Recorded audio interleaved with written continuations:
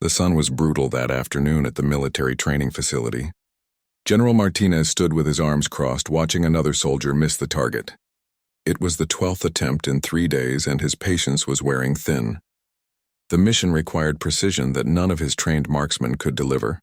The target sat on a distant hillside, exactly 2,670 meters away. It was a small metal plate, barely visible even through high-powered scopes. The general needed someone who could hit it consistently, not just once by luck. This wasn't about training anymore. It was about survival for an upcoming operation that could save dozens of lives. Martinez had been in the military for 32 years. He'd seen talented shooters, brave soldiers, and dedicated servicemen. But this particular shot required something beyond talent. It needed an almost supernatural ability to read wind patterns, calculate bullet drop, and maintain absolute stillness for minutes at a time. The soldier on the range that day was Corporal Henderson, one of the best marksmen in the battalion. He'd won competitions and earned medals. His hands were steady, his breathing controlled, and his focus intense. Yet when he pulled the trigger, the bullet sailed past the target, missing by at least 2 meters. Henderson looked back at the general with frustration written across his face. "Sir, the wind patterns are inconsistent today," Henderson said, standing up from his position. "One moment it's blowing east, the next it shifts north. At this distance, even a slight change throws everything off." The general nodded but said nothing. He understood the difficulty. At 2,670 meters, a bullet traveled for several seconds before reaching its target. During that time, gravity pulled it down, wind pushed it sideways, and even the Earth's rotation had a small effect. Calculating all these factors required both mathematical precision and instinctive feel. Over the past 3 days, Martinez had brought in his 12 best shooters. Each one had failed. Some came close, hitting within a meter of the target. Others missed badly, their bullets landing in the dirt far from the mark. The general watched each attempt carefully, taking notes on what went wrong. The problem wasn't just about finding someone with a steady hand. The mission timeline was tight. In 2 weeks, a team would need to execute a rescue operation in hostile territory. Intelligence reports showed that a single enemy sniper positioned at a strategic location could compromise the entire mission. That sniper needed to be neutralized from an extreme distance before the rescue team moved in. The general couldn't risk his team's lives on someone who might hit the target. He needed certainty. He needed perfection, but where would he find it? That evening, Martinez sat in his office reviewing personnel files. He'd already looked through every designated marksman in the division. None of them showed the exceptional skill level he required. Some junior officers suggested bringing in specialists from other branches, but time was running out. His assistant, Lieutenant Reeves, knocked on the door carrying a stack of additional files. "Sir, I pulled records for anyone who's ever qualified as expert marksman, even if it's not their primary role," Reeves said, setting the files on the desk. Martinez rubbed his tired eyes and began flipping through the folders. Most were familiar names, soldiers he'd already considered. Then he paused on one file that seemed out of place.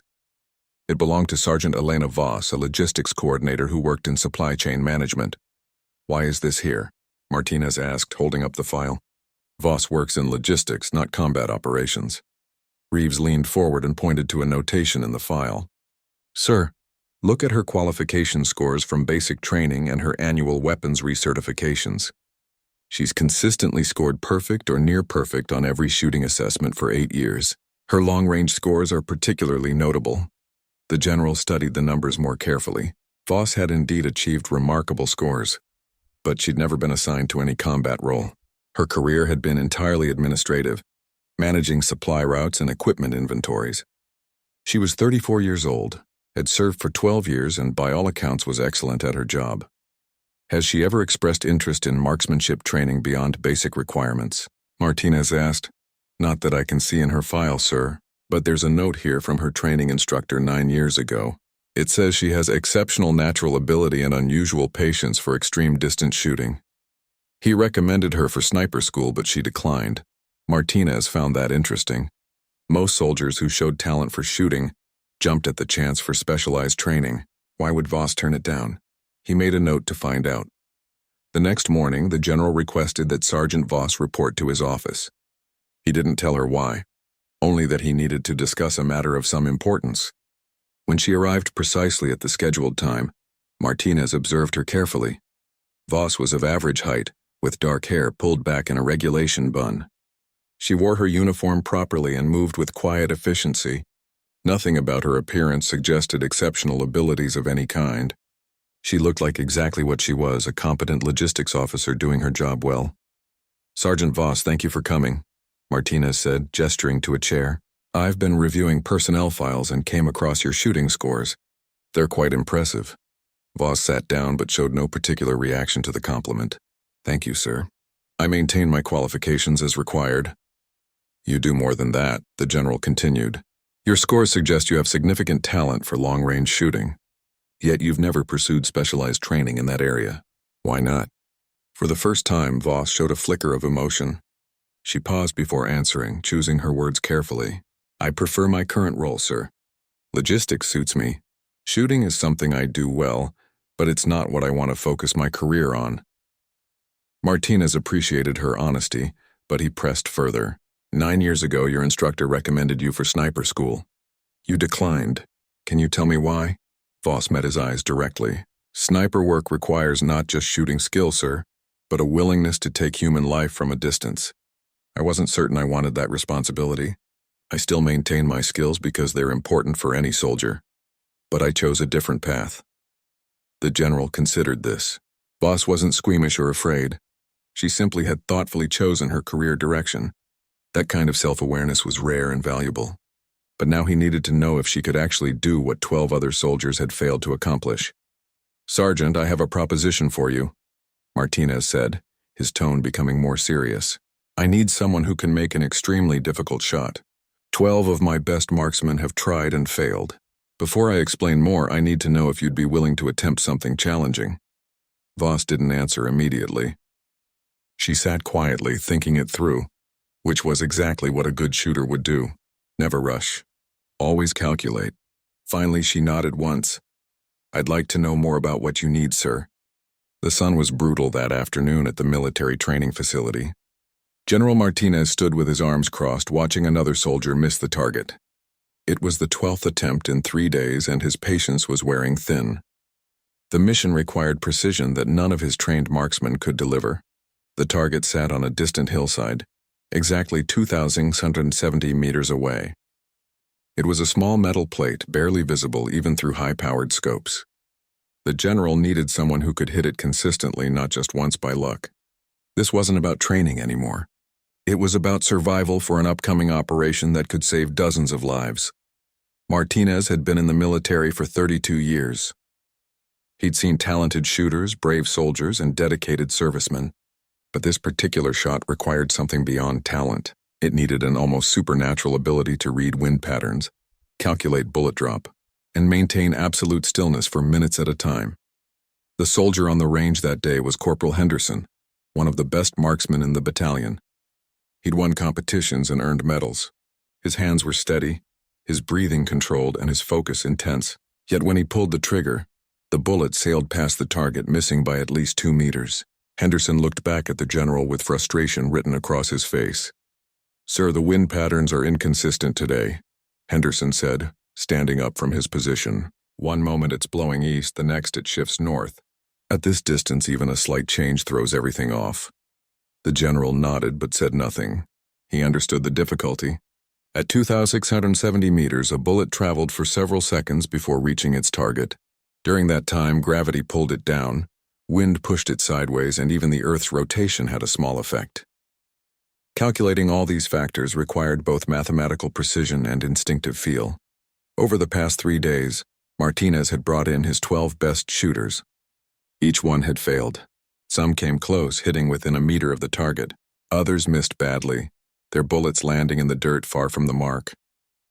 The general watched each attempt carefully, taking notes on what went wrong.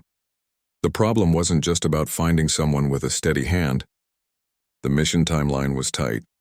In 2 weeks, a team would need to execute a rescue operation in hostile territory. Intelligence reports showed that a single enemy sniper positioned at a strategic location could compromise the entire mission. That sniper needed to be neutralized from an extreme distance before the rescue team moved in. The general couldn't risk his team's lives on someone who might hit the target. He needed certainty. He needed perfection, but where would he find it? That evening, Martinez sat in his office reviewing personnel files. He'd already looked through every designated marksman in the division. None of them showed the exceptional skill level he required. Some junior officers suggested bringing in specialists from other branches, but time was running out. His assistant, Lieutenant Reeves, knocked on the door carrying a stack of additional files. "Sir, I pulled records for anyone who's ever qualified as expert marksman, even if it's not their primary role," Reeves said, setting the files on the desk. Martinez rubbed his tired eyes and began flipping through the folders. Most were familiar names, soldiers he'd already considered. Then he paused on one file that seemed out of place. It belonged to Sergeant Elena Voss, a logistics coordinator who worked in supply chain management. "Why is this here?" Martinez asked, holding up the file. "Voss works in logistics, not combat operations." Reeves leaned forward and pointed to a notation in the file. "Sir, look at her qualification scores from basic training and her annual weapons recertifications. She's consistently scored perfect or near perfect on every shooting assessment for 8 years. Her long-range scores are particularly notable." The general studied the numbers more carefully. Voss had indeed achieved remarkable scores, but she'd never been assigned to any combat role. Her career had been entirely administrative, managing supply routes and equipment inventories. She was 34 years old, had served for 12 years, and by all accounts was excellent at her job. "Has she ever expressed interest in marksmanship training beyond basic requirements?" Martinez asked. "Not that I can see in her file, sir, but there's a note here from her training instructor 9 years ago. It says she has exceptional natural ability and unusual patience for extreme distance shooting. He recommended her for sniper school, but she declined." Martinez found that interesting. Most soldiers who showed talent for shooting jumped at the chance for specialized training. Why would Voss turn it down? He made a note to find out. The next morning, the general requested that Sergeant Voss report to his office. He didn't tell her why, only that he needed to discuss a matter of some importance. When she arrived precisely at the scheduled time, Martinez observed her carefully. Voss was of average height, with dark hair pulled back in a regulation bun. She wore her uniform properly and moved with quiet efficiency. Nothing about her appearance suggested exceptional abilities of any kind. She looked like exactly what she was, a competent logistics officer doing her job well. "Sergeant Voss, thank you for coming," Martinez said, gesturing to a chair. "I've been reviewing personnel files and came across your shooting scores. They're quite impressive." Voss sat down but showed no particular reaction to the compliment. "Thank you, sir. I maintain my qualifications as required." "You do more than that," the general continued. "Your scores suggest you have significant talent for long-range shooting. Yet you've never pursued specialized training in that area. Why not?" For the first time, Voss showed a flicker of emotion. She paused before answering, choosing her words carefully. "I prefer my current role, sir. Logistics suits me. Shooting is something I do well, but it's not what I want to focus my career on." Martinez appreciated her honesty, but he pressed further. 9 years ago, your instructor recommended you for sniper school. You declined. Can you tell me why?" Voss met his eyes directly. "Sniper work requires not just shooting skill, sir, but a willingness to take human life from a distance. I wasn't certain I wanted that responsibility. I still maintain my skills because they're important for any soldier. But I chose a different path." The general considered this. Voss wasn't squeamish or afraid. She simply had thoughtfully chosen her career direction. That kind of self-awareness was rare and valuable. But now he needed to know if she could actually do what 12 other soldiers had failed to accomplish. "Sergeant, I have a proposition for you," Martinez said, his tone becoming more serious. "I need someone who can make an extremely difficult shot. 12 of my best marksmen have tried and failed. Before I explain more, I need to know if you'd be willing to attempt something challenging." Voss didn't answer immediately. She sat quietly, thinking it through, which was exactly what a good shooter would do. Never rush. Always calculate. Finally, she nodded once. "I'd like to know more about what you need, sir." The classified briefing room was cooler than the outside air, and the sudden temperature change made Sergeant Voss blink as her eyes adjusted to the dimmer light. General Martinez closed the door behind them and gestured toward a table where detailed maps and satellite photographs were spread out. "What I'm about to share with you is highly sensitive," Martinez began, his tone shifting from impressed to deadly serious. 3 weeks ago, a medical aid convoy was captured in hostile territory. 12 aid workers, including 4 Americans, are being held in a compound approximately 180 kilometers from here. Voss stepped closer to examine the photographs. The compound sat in a valley surrounded by rocky hills. She could see guard towers, high walls, and several buildings within the perimeter. Her logistics training kicked in automatically, noting sight lines and defensive positions. Intelligence indicates the hostages are being kept in this building here, Martinez continued, pointing to a structure in the center of the compound. Negotiations have failed. The captors are making increasingly dangerous demands, and our analysts believe time is running out. We have authorization to conduct a rescue operation. Voss studied the terrain carefully. Where does my shooting ability factor into this, sir? Martinez pulled out another satellite image, this one showing a ridgeline approximately 2,700 meters from the compound. There's an enemy sniper positioned on this ridge.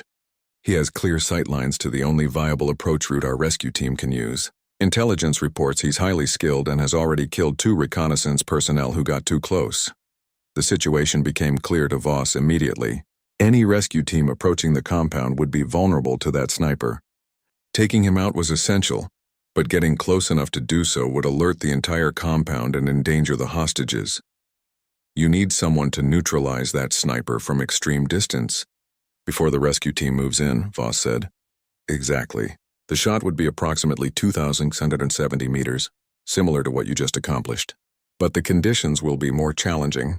Different terrain, possible hostile forces nearby, and the pressure of knowing that 12 lives depend on your accuracy. Voss sat down slowly, processing the magnitude of what was being asked of her. This wasn't target practice anymore. This was about taking a human life. It was exactly the scenario she'd avoided when she declined sniper school 9 years ago. Sir, I need to be honest with you, she said quietly. I've never shot at a person before. I've never been in combat. My entire career has been spent behind a desk managing supply chains. What you're asking is very different from hitting a metal target. Martinez nodded. He had expected this response. I know, and I wouldn't ask if there was any other option. But here's what you need to understand. That sniper on the ridge isn't just a soldier doing his job. Intelligence reports indicate he's already executed 3 hostages as warnings during negotiations. He's a direct threat to 12 innocent people who went to that region to provide medical care. He pulled out photographs of the hostages, young doctors, nurses, logistics coordinators not unlike Voss herself, people who'd volunteered to help others and now faced death because of it. Among them was Dr. Sarah Chen, a 29-year-old pediatrician from California. Next to her photo was Miguel Rodriguez, a 35-year-old nurse who'd served in disaster zones around the world. These people have families, Martinez continued. Dr. Chen has a 6-year-old daughter. Rodriguez is the sole provider for his elderly parents. Every day that passes puts them in greater danger. And the rescue team going in, they're someone's family too. If that sniper isn't neutralized, good soldiers will die trying to save these hostages. Voss looked at the photographs for a long time. She understood what the general was doing, making it personal, giving faces to the abstract mission. But she also recognized the truth in his words. This wasn't about politics or military strategy. It was about saving innocent lives. What's the timeline? She asked. We have 12 days to prepare. The rescue is scheduled for the night of the next new moon, when visibility will be lowest. You'll be inserted into position at dusk the day before. You'll have approximately 14 hours to set up, study the conditions, and prepare. The shot must be taken at dawn, just before the rescue team begins their approach. 12 days. Voss ran calculations in her mind. She'd need detailed topographical data of that specific location, weather patterns for that region, precise measurements of the distance and elevation differences, information about the enemy sniper's routines and movements. I'll need access to all available intelligence on that location, she said. Detailed satellite imagery, weather history for the region, and any reconnaissance data about that specific ridgeline. I'll also need to practice at similar distances under varying conditions. Martinez felt a surge of hope. She was thinking practically, which meant she was considering doing this. You'll have everything you need. Our intelligence team will provide complete support. We can also arrange for you to practice at our extended range facility, which has target positions up to 3,000 meters. I'll need a spotter, Voss added. Someone who understands long-range shooting and can provide backup observations on wind and conditions. And I'll need to practice with the exact rifle and ammunition that will be used on the mission. Corporal Henderson volunteered to be your spotter after seeing your shots today. He's one of the best we have, even if he couldn't make that particular shot himself. Will that work? Voss remembered Henderson from the range. He'd seemed professional and skilled. Having someone experienced alongside her would be valuable. Yes, sir. That works? Martinez sat down across from her. Sergeant, I need you to be completely certain about this. Once we begin preparation, the mission planning will revolve around your ability to make this shot. If you have doubts, I need to know now. Voss was quiet for several minutes. The general didn't rush her. This was perhaps the most important decision she'd ever make. It went against everything she'd planned for her career. It would change her fundamentally. Taking a life, even to save others, wasn't something a person just did and then forgot about. But she thought about Dr. Chen's 6-year-old daughter growing up without her mother. She thought about the rescue team members who'd risked their lives. She thought about the fact that someone with her specific skills was needed, and that need was real and immediate. I'm certain, sir, she finally said. I can make the shot. But I need to be clear about something. After this mission, I return to my logistics role. This isn't me becoming a sniper. This is me helping with one specific situation where I have skills that can save lives. Martinez extended his hand. Agreed, you have my word. One mission, then back to your regular duties. No pressure to change your career path. They shook hands and Voss felt the weight of her decision settle over her. She'd just agreed to something that would test every skill she possessed and challenge her in ways she'd never experienced. When do we start preparation? She asked. Tomorrow morning, 0600 hours. Henderson will meet you at the extended range. You'll have access to all the equipment and intelligence data you need. Our meteorology team will brief you on regional weather patterns. Our terrain analysts will walk you through the specific geography of the shot location. Voss stood to leave, then paused at the door. Sir, one more thing. The hostages, do they know a rescue is being planned? Martinez shook his head. No. We can't risk that information being discovered by their captors. They'll only know when our team arrives to extract them. Then they're living each day thinking no one is coming for them, Voss said quietly. That must be terrifying. It is, which is why we need to make sure this mission succeeds. After Voss left, Martinez sat alone in the briefing room staring at the photographs and maps. He'd found his shooter, but now came the hard part. Training her for a real-world shot under combat conditions was very different from target practice. The pressure would be immense. One mistake, one miscalculation, and the entire mission could fail. He thought about the 12 hostages waiting in fear, not knowing that a quiet logistics sergeant they'd never met was about to become their best hope for survival. He thought about Voss herself, carrying a burden she'd never asked for but had accepted out of duty. The next 12 days would determine everything. Martinez picked up his secure phone and began making calls to set the preparation in motion. There was no room for error. Too many lives hung in the balance. The alarm in Sergeant Voss's quarters went off at 500 hours, though she'd barely slept.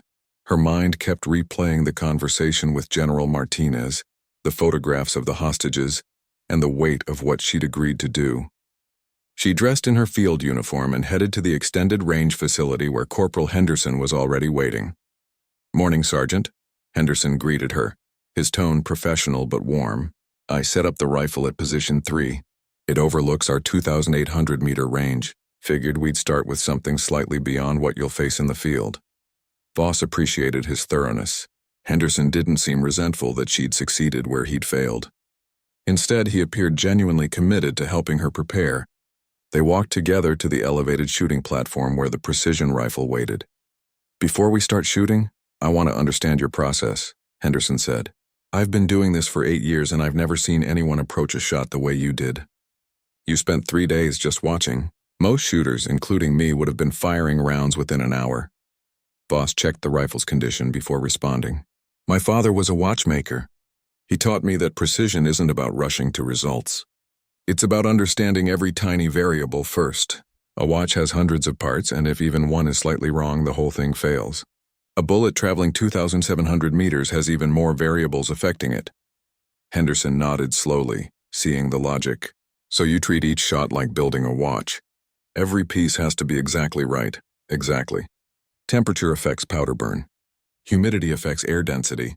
Wind changes from ground level to 20 meters up. The bullet itself spins, which means its orientation matters. Even the rotation of the Earth has a small effect at extreme distances. You can't control all those variables, but you can understand them well enough to predict their combined effect. Over the next 3 days, they practiced together. But it wasn't just about shooting. Henderson would call out different scenarios, wind conditions, temperatures, and Voss would have to calculate adjustments on the spot. He was testing her ability to adapt to changing conditions, because the mission wouldn't wait for perfect weather. On the 4th day, intelligence analysts briefed them on the mission location. The terrain was different from their practice range. The target ridge was at a higher elevation than the shooting position, adding complexity to the bullet trajectory calculations. The valley between had unpredictable wind patterns because of how air moved through the rocky formations.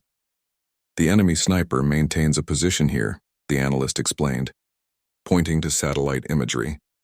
He's there from dawn until mid-morning, then retreats to a protected position during the heat of the day. Your window to take the shot is approximately 3 hours starting at first light. Voss studied the images carefully. She could see the rock formation where the sniper positioned himself. It offered him excellent cover and clear sight lines to the compound approach routes. Taking him out from 2,670 meters would require hitting a target partially concealed behind rocks. "What's the weather forecast for the mission date?" she asked. The meteorologist on the team pulled up detailed predictions. Morning temperatures should be around 18 degrees Celsius. Light winds from the southeast at 5 to 8 kilometers per hour. Cloud cover is expected to be minimal. Humidity will be moderate, around 45%. Conditions are about as good as we could hope for. Henderson leaned in to look at the data. "These conditions are similar to what we had during your qualifying shots." "That's favorable," but Voss shook her head slightly. "The terrain is different. Wind moving through that valley won't behave the same way as wind across our flat practice range. I need to understand how topography will affect air currents in that specific location." The team spent hours creating computer simulations of wind behavior in the target area. They used topographical data, historical weather patterns, and fluid dynamics modeling to predict how air would move through the valley at different times of day. Voss absorbed all this information, building a mental model of what conditions she'd face. By day 7, she was practicing scenarios that mimicked the mission conditions as closely as possible. The team set up targets at varying elevations and distances. Sometimes they'd wake her in the middle of the night and give her 30 minutes to set up and make a shot in darkness with night vision equipment. Other times they'd change wind conditions unexpectedly and give her only minutes to adjust. Henderson watched her work with growing respect. She never got flustered or rushed. Even under pressure, she maintained that same methodical calm he'd witnessed during her first shots. More importantly, her accuracy remained consistent. Out of 47 practice shots over 7 days, she'd hit the target 44 times. The 3 misses had all been on her first day when she was still adapting to the new rifle. "You know what's remarkable about you?" Henderson said during a break on day 8. "Most shooters, including me, we get emotional about shooting. We feel the pressure, the excitement, the frustration when we miss. You stay completely level. How do you do that?" Voss considered the question while cleaning her rifle. "I think it's because I don't identify as a shooter. This is a skill I have, but it's not who I am. So when I miss, it doesn't wound my pride. It's just information about what variable I didn't account for properly. And when I hit, it doesn't inflate my ego. It's just confirmation that my calculations were correct. That's probably why you're better than people who've spent their whole careers on this," Henderson admitted. "We're too invested in it. You're just solving a technical problem." On day 9, General Martinez came to observe a practice session. He watched Voss make 3 consecutive hits at 2,900 meters, each one striking within inches of the target center. After the 3rd shot, he pulled her aside. "The rescue team is finalizing their insertion plan," he told her. "They'll be going in with 12 operators, 2 helicopters standing by for extraction. Once you take your shot, they'll have approximately 4 minutes to reach the compound before the captors fully understand what's happening. If you miss or if you don't take the shot during the window, they'll have to abort. We won't get a second chance." Voss felt the weight of that responsibility settle heavier on her shoulders. "Understood, sir. I'll make the shot. I believe you will. But I need you to understand something else. After you fire, your position may be compromised. We'll have extraction ready, but there's a possibility of enemy contact. Are you prepared for that?" She hadn't fully considered this aspect. Her focus had been so completely on making the shot that she hadn't thought much about what happened afterward. "I'm not trained for combat situations, sir. Henderson will be with you and we'll have a 4-person security team positioned nearby. But yes, there is a risk beyond just the shooting. I need to know you can handle that uncertainty." Voss thought about the hostages again, about Dr. Chen's daughter, about the rescue team members putting themselves in danger. "I can handle it, sir." The final 3 days were the hardest. The preparation was essentially complete. Voss knew the rifle intimately, understood the terrain thoroughly, and had proven her ability repeatedly. But now she had to wait, and waiting was harder than training. Her mind kept running through scenarios, imagining what could go wrong. She found herself looking at the hostage photographs more often. She learned their names, their backgrounds, their reasons for being in that dangerous region. Dr. Sarah Chen had gone to provide medical care for refugees. Miguel Rodriguez had 20 years of experience in humanitarian work. There was also James Wilson, a 41-year-old logistics coordinator, the same role Voss held. He'd been managing supply chains for the aid organization, ensuring food and medicine reached those who needed it. The night before deployment, Voss couldn't sleep at all. She lay in her bunk thinking about the moment when she'd look through that scope and see not a metal target, but a human being. She thought about what her father had told her when she was young, that every action has consequences that ripple outward in ways we can't always predict. Taking this shot would save 12 hostages and protect the rescue team. But it would also end someone's life.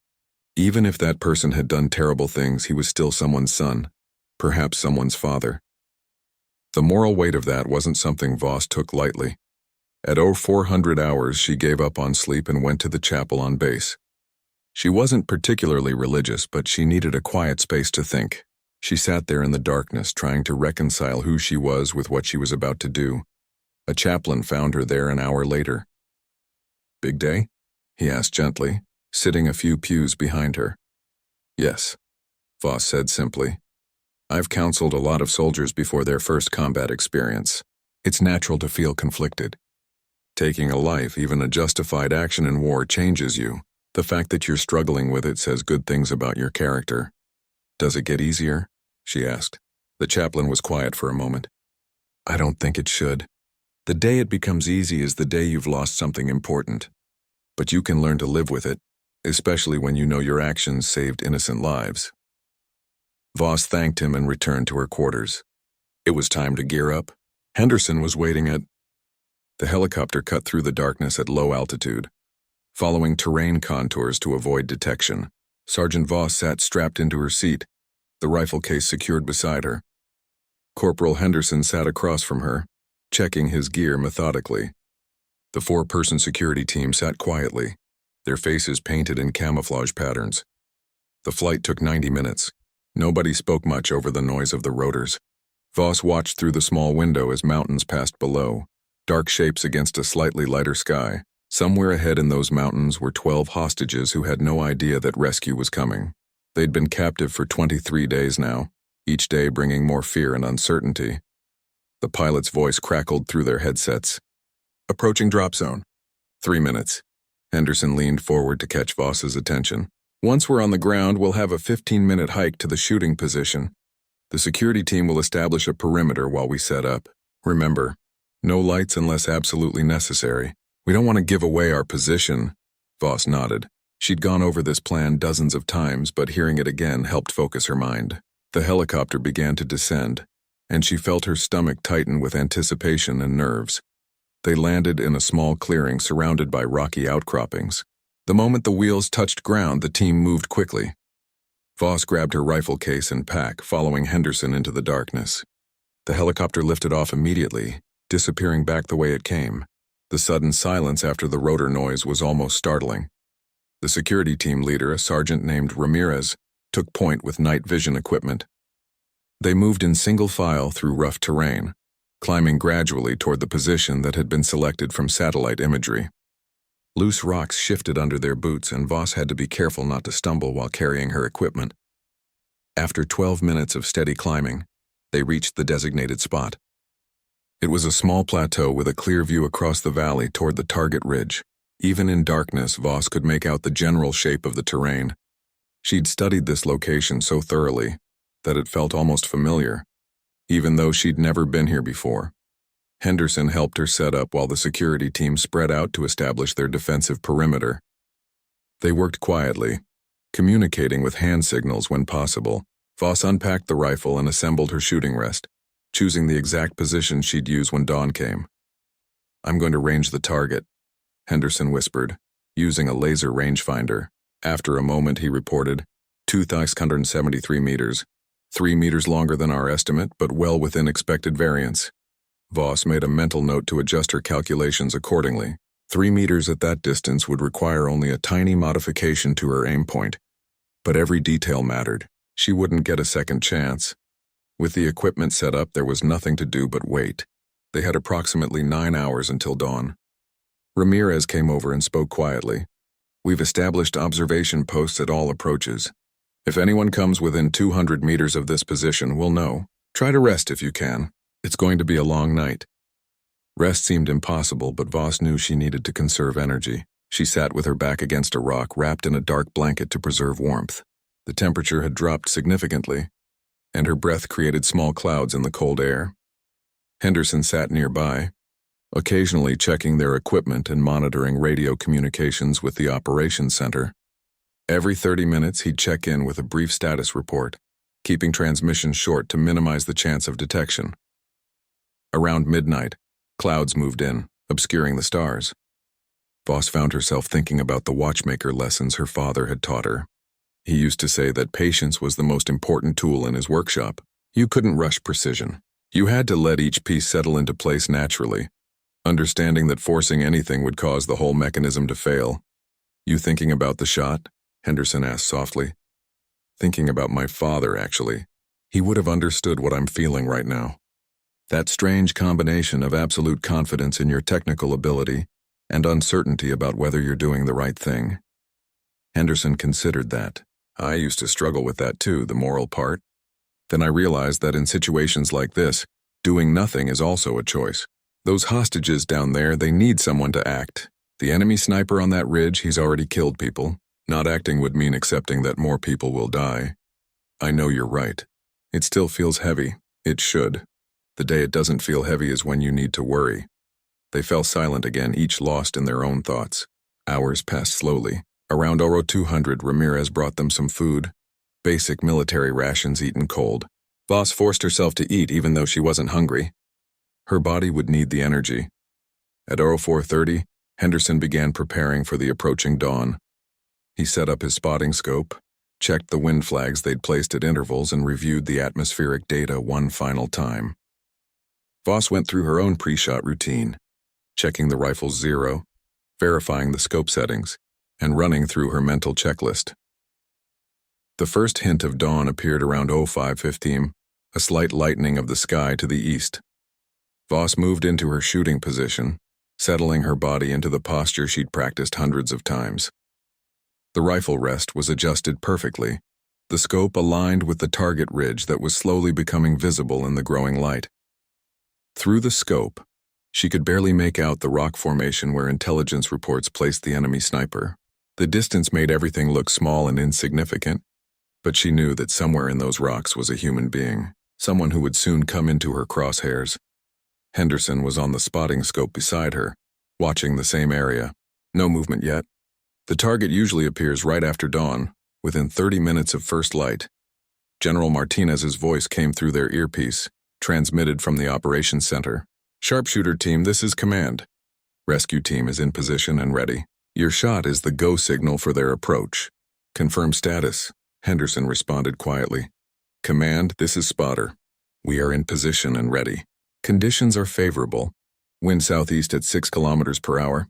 Temperature 16 degrees Celsius, visibility excellent. Roger, Spotter. Hostage surveillance shows all 12 are alive and in the main building. The window for this operation is now open. Good hunting."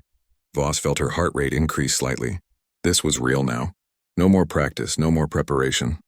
Everything came down to what happened in the next hour. She focused on her breathing, keeping it slow and steady, oxygenating her blood but staying calm. The sun broke over the horizon at 0547, painting the valley in shades of orange and gold. The enemy compound became clearly visible, its walls and buildings stark against the rocky landscape. On the ridge 2,673 meters away, the target position was now fully illuminated. "I have movement," Henderson said suddenly. "Target ridge, center position. Confirm visual." Voss adjusted her scope slightly and saw what Henderson had spotted. A figure was moving among the rocks, taking up a position that overlooked the compound approaches. The enemy sniper was arriving for his morning watch. Through the powerful scope, she could make out details. The man wore dark clothing that helped him blend with the rocks. He was setting up his own rifle, creating a comfortable shooting position. For a moment, Voss felt a strange connection to this distant person. He was doing what she was doing, preparing to use precision shooting skills, but their purposes couldn't have been more different. Range confirmed at 2,773 meters, Henderson reported. Wind holding steady at southeast 6 kph. Temperature stable. Humidity 47%. You have a shot when ready. Voss settled deeper into her position. Her world narrowed to the view through the scope. The feel of the rifle, the subtle pressure of the trigger under her finger. She began the calculation process, a mental routine she'd done so many times it was almost automatic. Distance, 2,673 meters. Bullet drop at this range with this ammunition and temperature, 31.4 meters. Wind deflection with current conditions, 0.8 meters right. Target is at higher elevation, requiring adjustment to trajectory. Earth's rotation at this latitude and direction, negligible effect. Humidity affects air density, requiring slight modification to calculations. The target moved, adjusting his position. Voss watched patiently. She needed him to settle, to become still. A moving target at this distance was exponentially harder to hit. She had time. Dawn was just beginning, and her window would stay open for another 2 hours if needed. "Target is settling into position," Henderson whispered. He's stationary now, looking through his scope toward the compound approach routes. This was the moment. The enemy sniper was focused on his own surveillance, unaware that death was being calculated 2,773 meters away. Voss made her final adjustments to the scope, compensating for every variable she'd identified. Her breathing slowed even further, her heart rate dropping as she entered the zone of complete focus that great shooters know. She thought briefly about Dr. Chen's daughter, who might get her mother back because of what happened in the next few seconds. She thought about the rescue team waiting for her signal, brave soldiers ready to risk their lives. She thought about James Wilson, the logistics coordinator. General Martinez led Sergeant Voss to the shooting range, where 12 soldiers had already failed. The afternoon heat was still intense and the distant hillside shimmered in the haze. The metal target, barely visible even with binoculars, sat waiting at 2,670 meters. "That's the target," Martinez said, handing her the binoculars. "Every marksman I've brought here has missed. Some by centimeters, others by meters. The mission I'm planning requires absolute certainty that someone can make this shot under pressure." Voss studied the target through the binoculars for a long moment. She didn't speak, didn't make any comment about the difficulty or express doubt. She simply observed, taking in every detail of the terrain, the light conditions, and the way the heat created visible distortions in the air. "May I see the rifle and ammunition specifications?" she asked quietly. The general nodded and brought her to the equipment table where a precision rifle sat waiting. It was a state-of-the-art weapon, perfectly maintained and equipped with the best optics money could buy. Voss picked it up, checked its weight and balance, and examined the scope settings. "How much time do I have to prepare?" she asked. Martinez was surprised by the question. Most shooters wanted to prove themselves immediately. "You can have whatever time you need within reason." "Do you want to attempt the shot today?" Voss shook her head. "No, sir. I need to come here at different times over the next few days. I want to observe the wind patterns, the light changes, and how conditions vary throughout the day. A shot like this isn't about pulling a trigger. It's about understanding the environment completely." The general found himself impressed by her methodical approach. This was exactly the kind of thinking he needed. "Take 3 days. Learn everything you can. Then we'll see what you're capable of." Over the next 3 days, Voss did something none of the other marksmen had thought to do. She didn't practice shooting. Instead, she sat at the range for hours watching.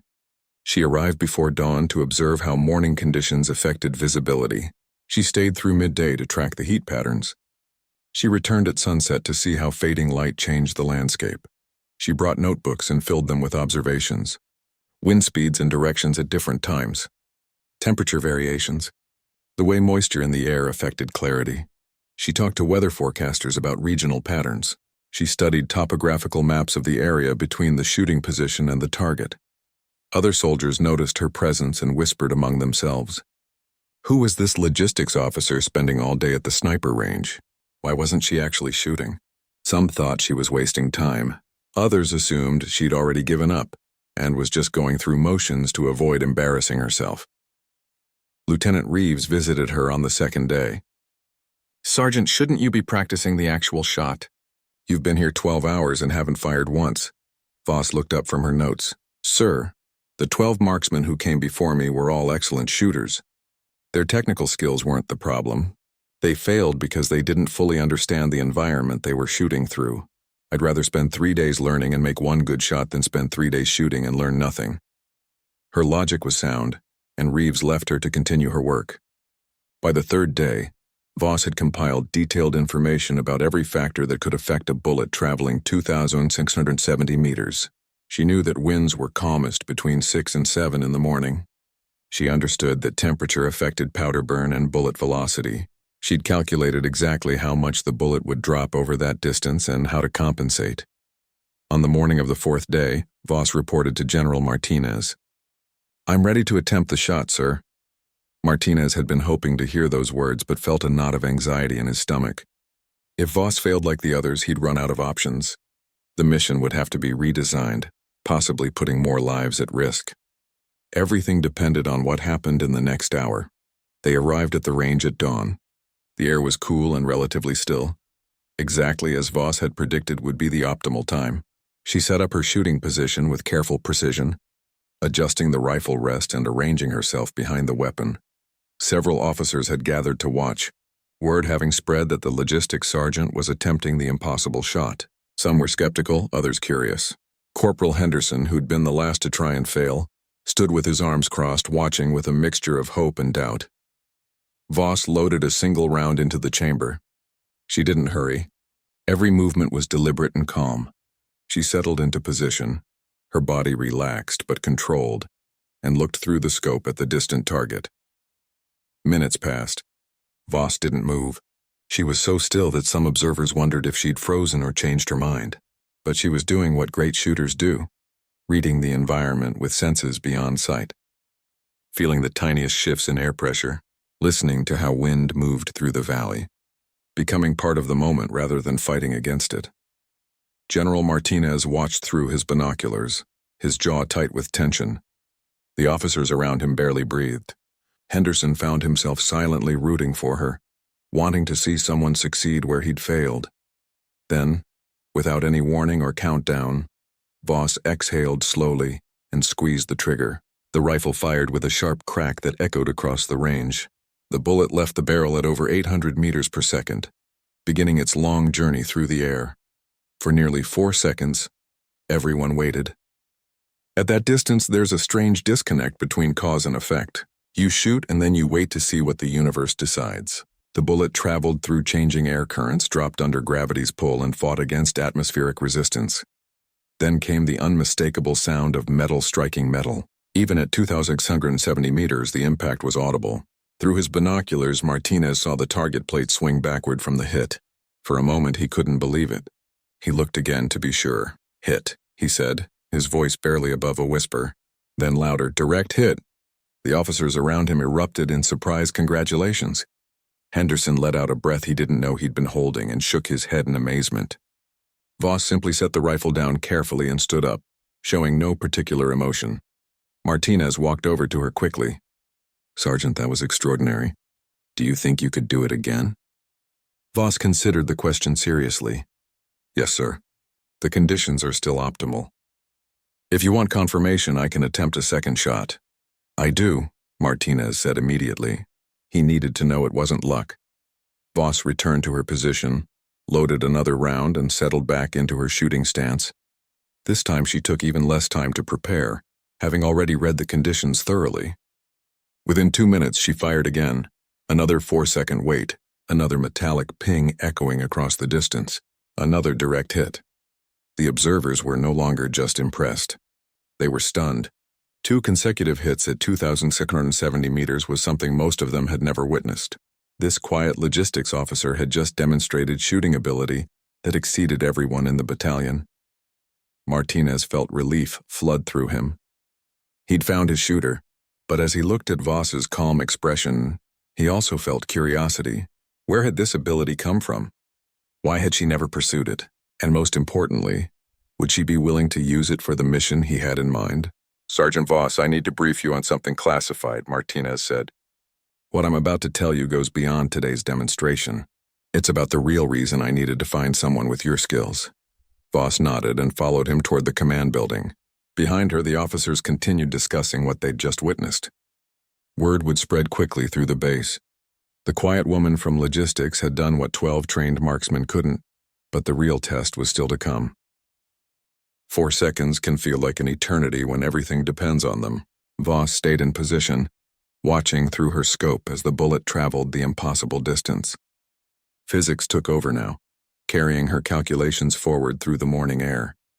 Henderson's eye never left his spotting scope.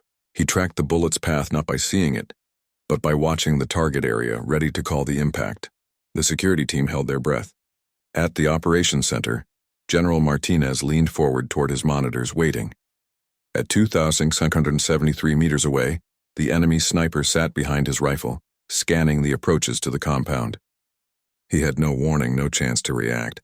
The bullet arrived before the sound of the shot could reach him, traveling faster than sound itself over that distance. "Hit," Henderson said quietly, his voice tight with controlled emotion. "Direct hit. Target is down." Through her scope, Voss saw the enemy sniper's body slump forward. The shot had been clean, instant. She felt a wave of conflicting emotions. Relief mixed with the weight of what she'd just done. She'd taken a human life. No matter how justified, that reality settled into her chest like a stone. "Confirm kill," Henderson reported to operations. "Sharpshooter has neutralized the target. Rescue team is clear to proceed." Martinez's voice came through their earpieces immediately. "Rescue team, you are go for approach. Sharpshooter team, well done. Maintain position and provide overwatch." In the valley below, 12 operators began their rapid movement toward the compound. They had been waiting just out of sight, and now they moved with practiced speed. Voss could see them through her scope, dark figures advancing across terrain that had been a death trap just moments before. The rescue team reached the compound walls in under 3 minutes.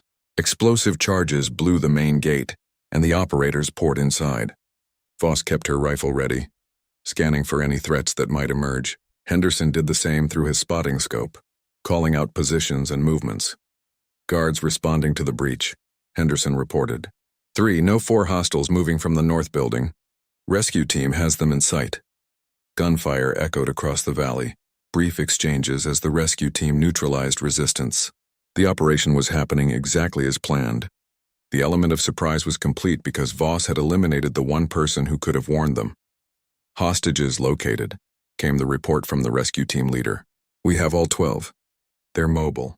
Beginning extraction now." Voss felt tears forming in her eyes, though she maintained her position and focus. They'd done it. 12 people who'd spent 23 days in captivity, wondering if anyone was coming, were about to go home. Dr. Chen would see her daughter again. Miguel Rodriguez could return to his family. James Wilson would go back to the work he loved. The rescue team moved the hostages quickly toward the extraction point, a clearing 800 meters from the compound where helicopters were inbound. Voss watched through her scope as the small group moved across the valley floor, operators surrounding the freed captives protectively. "Compound is secure," the rescue team reported. "No pursuit. Heading to extraction now." Henderson turned to Voss with a slight smile. "You did it. That was an impossible shot, and you made it look routine." Voss lowered her rifle for the first time since taking the shot. Her hands were shaking slightly now, adrenaline and emotion catching up with her. "How long until our extraction?" 20 minutes. We wait until the hostages are airborne. Then we move to our pickup point." Ramirez came over from his observation post. "Outstanding work, Sergeant. That was the best shooting I've ever witnessed. The rescue team is calling you a guardian angel." Voss didn't feel like an angel. She felt exhausted, emotionally drained, and fundamentally changed. She'd crossed a line that couldn't be uncrossed. But watching through her scope as the hostages boarded the extraction helicopters, seeing them being pulled to safety, she knew it had been necessary. The rescue helicopters lifted off, and Martinez's voice came through again. All hostages are secure and en route to safety. Sharpshooter team, you are cleared for extraction. Your ride is inbound. Henderson began breaking down their equipment with efficient movements. Voss helped, packing the rifle carefully, securing all their gear. The security team collapsed their perimeter and prepared to move. Within 10 minutes, they were hiking back down to their extraction point. The helicopter that picked them up was different from the one that had dropped them off, but the relief of being aboard was the same. As they lifted away from the mountain, Voss looked back at the valley one last time. Somewhere on that distant ridge was a body, someone who'd never go home. The weight of that would stay with her. The flight back seemed shorter than the insertion. Nobody talked much, each person processing what had happened in their own way. When they landed at base, General Martinez was waiting on the tarmac with several other officers. Voss stepped off the helicopter, rifle case in hand, her uniform dusty from the mountain terrain. Martinez approached and extended his hand. Sergeant Voss, you've done something extraordinary today. 12 people are alive because of your skill and courage. The nation owes you a debt of gratitude. Voss shook his hand but felt uncomfortable with the praise. I just did what was needed, sir. The rescue team did the hard part. Don't diminish what you accomplished. That shot will be studied in military academies for years. But more importantly, Dr. Chen will see her daughter again. Rodriguez will care for his parents. Wilson will continue his humanitarian work. That's what matters. They walked toward the debriefing area where intelligence officers waited to document every detail of the operation. As they walked, Martinez spoke more quietly. I know this wasn't easy for you. Taking a life never is, even when it's justified. The military has counselors available if you need to talk through what you're feeling. I think I will need that, sir. Not right away, but eventually. Take whatever time you need. And remember, you kept your end of our agreement. After debriefing and some mandatory downtime, you're back to your logistics role. No pressure to be anything other than what you choose to be. The debriefing took several hours. Voss walked them through every detail of the shot, the conditions, her calculations, the moment of firing. Intelligence wanted to understand everything about how the mission had succeeded. Henderson provided his observations as spotter. The security team reported on the perimeter situation. Finally, around 1600 hours, they were released. Voss returned to her quarters exhausted beyond anything she'd felt before. She showered, washing away the mountain dust and sweat, standing under the hot water for longer than necessary. When she emerged, she found a message waiting. It was from General Martinez, forwarding a note that had been sent through secure channels. She opened it and began to read. It was from Dr. Sarah Chen. Intelligence had told the rescued hostages about the sharpshooter who'd made their rescue possible, though they'd kept Voss's identity classified. Chen had written, to the soldier who made the impossible shot. I don't know your name, but I know what you did. You gave me back my life and the chance to see my daughter again. When I was in that compound, I'd almost given up hope. I thought I'd never hold my little girl again, never see her grow up, never tell her I love her one more time. You gave me that future back. Whatever you had to do, whatever cost you paid personally, please know it mattered. You saved not just me, but 12 families who would have been destroyed by loss. Thank you seems inadequate, but it's all I have. Thank you for your courage, your skill, and your willingness to do what others couldn't. You are my guardian angel, and I will never forget what you did for me. Voss read the message 3 times, tears streaming down her face. This was why she'd done it. This was what made the weight bearable. She'd given 12 people their lives back, given families their loved ones back. Whatever she had to carry personally was worth that outcome. She thought about her father again, about his watchmaker's wisdom. Every piece matters. Every action has consequences that ripple outward. She'd set something in motion on that mountain, a ripple that would touch hundreds of lives. Dr. Chen's daughter would grow up with her mother. Rodriguez's parents would have their son's support. Wilson would continue helping others around the world. 3 days later, Voss returned to her logistics office. Her desk was exactly as she'd left it, covered with requisition forms and supply chain reports. Her colleagues welcomed her back, some knowing generally what she'd done, others unaware she'd been gone for anything other than temporary assignment. She fell back into her routine, managing inventory, coordinating shipments, ensuring that supplies reached where they were needed. It was quiet work, unglamorous work, but she loved it. This was who she was.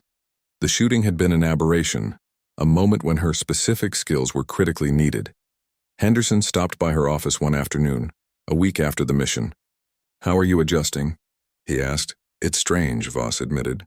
"I did something that will probably be the most significant thing I ever do in the military, and now I'm back to tracking supply shipments. Part of me wonders if I should have been doing this all along. The shooting, using that skill instead of leaving it dormant." Henderson shook his head. "You were right to choose logistics. Being able to shoot doesn't mean..."